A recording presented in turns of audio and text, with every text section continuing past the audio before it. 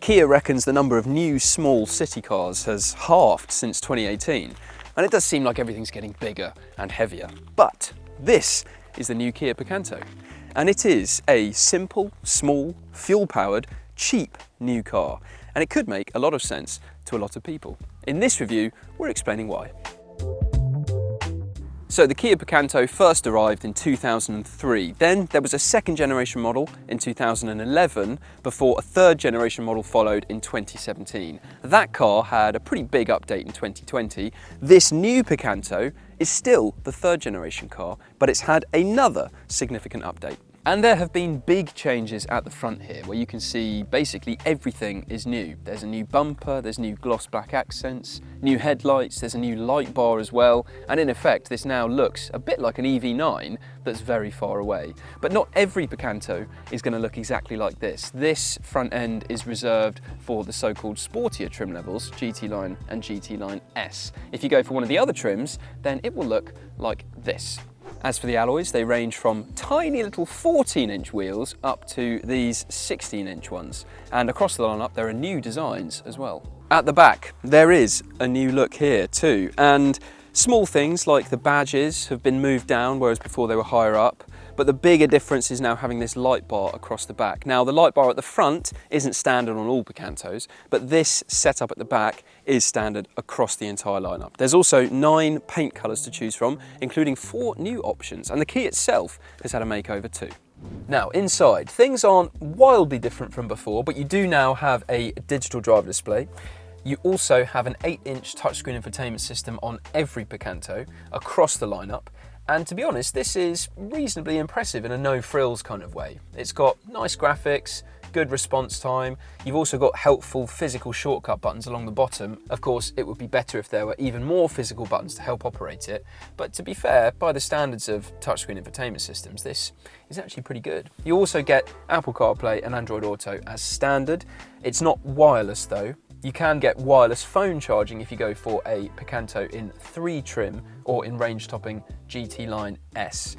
But whichever version you go for, you're going to get an interior that broadly looks like this. The only kind of difference to point out is that on entry-level 2 trim, you get black cloth seats, but on the trims above it, you get this black and grey artificial leather upholstery.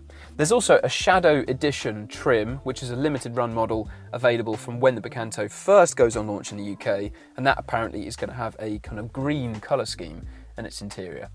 Another thing that's new for the Picanto is the fact that you can get a sunroof in the car, but in the UK it's only available in GT Line S models. But everything else is the same as it was in the previous version of this car, which, to be fair, isn't a bad thing because it means that interior quality, okay, it's not amazingly plush, full of really dense, nice feeling materials, but then this is a class of car that's focused at the budget end of the new car market. And yes, the dashboard is pretty hard, but it all feels well screwed together and it's not a very unpleasant interior at all. And compared to the rivals that this is up against, it's actually pretty decent in here. And isn't it nice to be able to get in a car and think, oh, it's hot, I want to make it colder.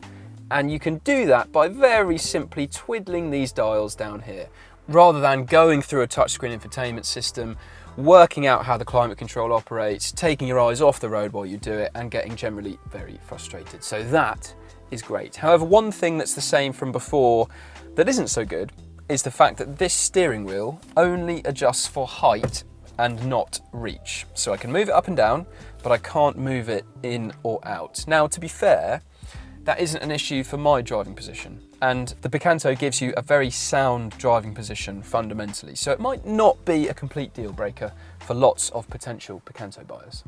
Now, there has been a change in the back. In the old Picanto, you got 4 seats as standard, so 2 in the back on this bench. But if you went for a Picanto X-Line, then you got 5 seats. Now, for this new model, X-Line has been discontinued, but you get 5 seats as standard across the lineup. But the actual dimensions and proportions of the car haven't changed at all. So the space is exactly the same as it was in the old Picanto. And that means that it is surprisingly accommodating for adults in the back here. So I've got the driver's seat set up in my driving position, I'm sat behind it, and okay, it's not like a limo back here, but considering the small proportions of the car, I can fit in perfectly fine. If you were over 6 foot, then headroom would be an issue.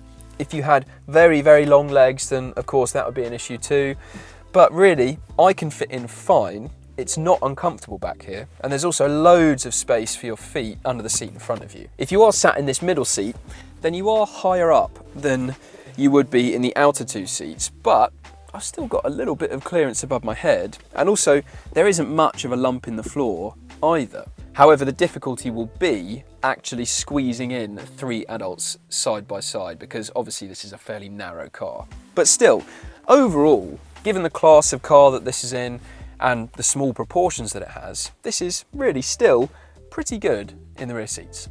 Now, the boot. The dimensions haven't changed, so this is still the same size as it was before, and it means there isn't a great deal to talk through here because you've got a fairly simple load space here, a little bit of wheel arch intrusion on either side, but the fancy thing to point out is this height adjustable boot floor, which you can see in this highest position reveals rather a lot of underfloor storage there, which is very handy. And if you put this in its lowest position, then it increases the overall capacity back here to around 255 litres, which is the same as the old car, and we could fit 3 carry-on size suitcases into the back of the previous Picanto, and we reckon it'll be exactly the same in this car, of course, because there haven't been any changes.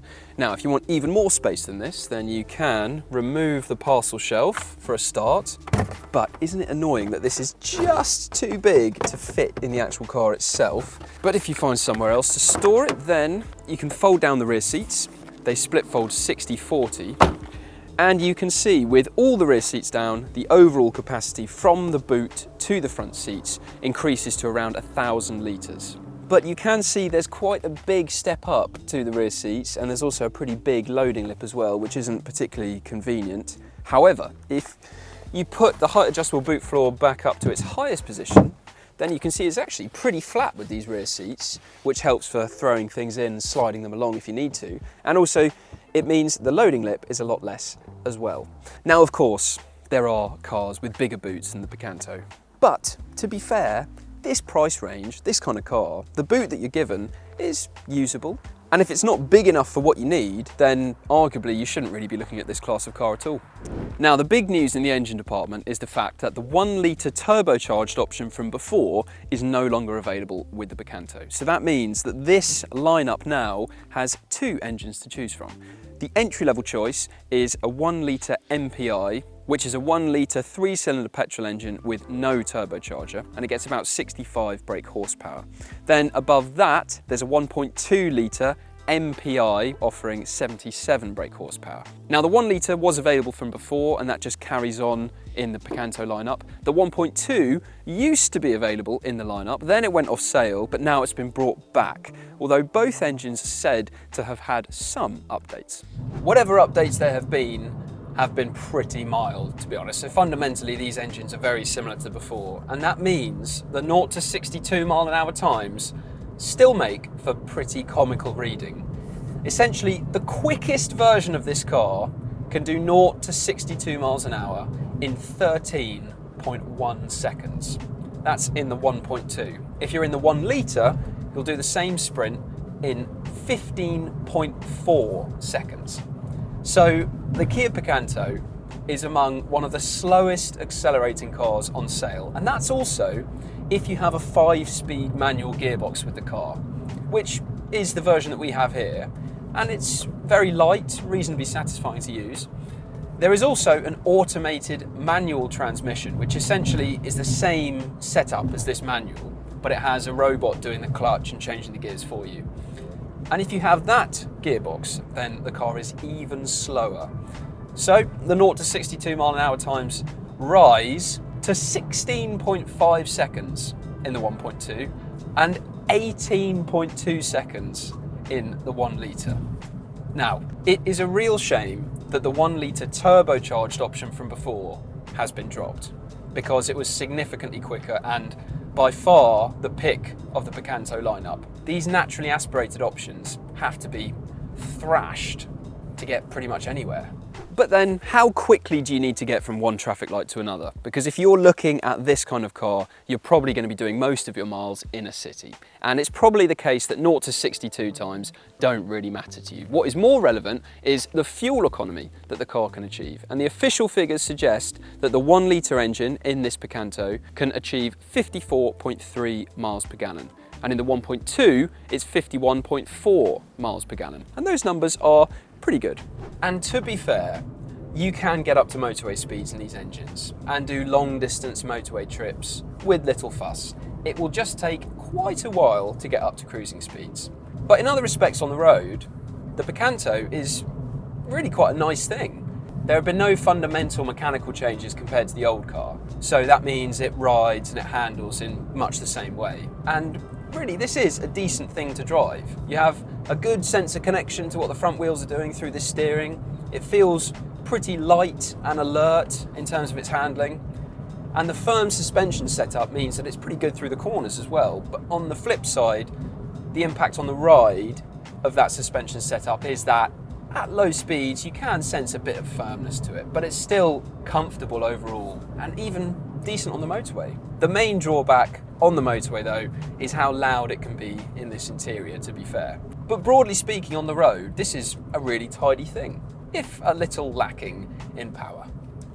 Let's talk about the trim lineup now, because it is a bit different from before. So the old Picanto started with entry-level 1 trim, and that had hardly any equipment at all. You had 14-inch steel wheels and not much else, so it wasn't particularly recommendable, even though it was the cheapest version of this car. That's been scrapped, so now the lineup starts with 2 trim, and actually that gets quite a lot of kit as standard. You get that infotainment system, you get rear parking sensors and a reversing camera as well.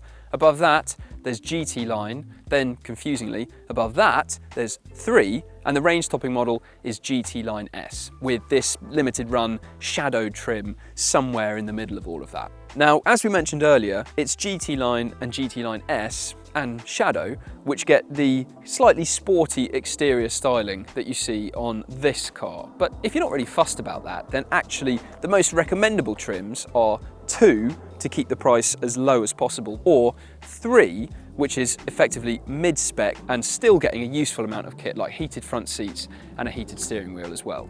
But whichever version you go for, you will get Kia's fantastic 7-year warranty as standard. And the Korean manufacturer has a fantastic record when it comes to reliability. Now, there has been a change to the pricing, and the Picanto is more expensive now than it was before. And it looks like there's been a huge jump in the starting price as well, but that is because, as we explained, entry-level 1 trim, which had hardly any equipment but was very cheap, now isn't available. So that means that the Picanto lineup starts with entry-level 2, which costs £15,595, and the most expensive version of this car costs just over £19,000. So that does mean that a Dacia Sandero is significantly more practical. It's also got much better engines, and it's also a lot cheaper than an equivalent Picanto. But this is still one of the cheapest new cars that you can buy. And if you're looking for a simple, small, fuel-powered car that isn't electric, isn't big, isn't heavy, doesn't cost a fortune, then this is very recommendable. Thanks very much for watching this review of the new Kia Picanto. We're going to take this car on a road trip group test against its closest rivals very soon. So if you want to see that, make sure you subscribe to our channel. To watch another video right now, click up there. And to read more about the Picanto and to get a great deal on one, click on that link to go to whatcar.com.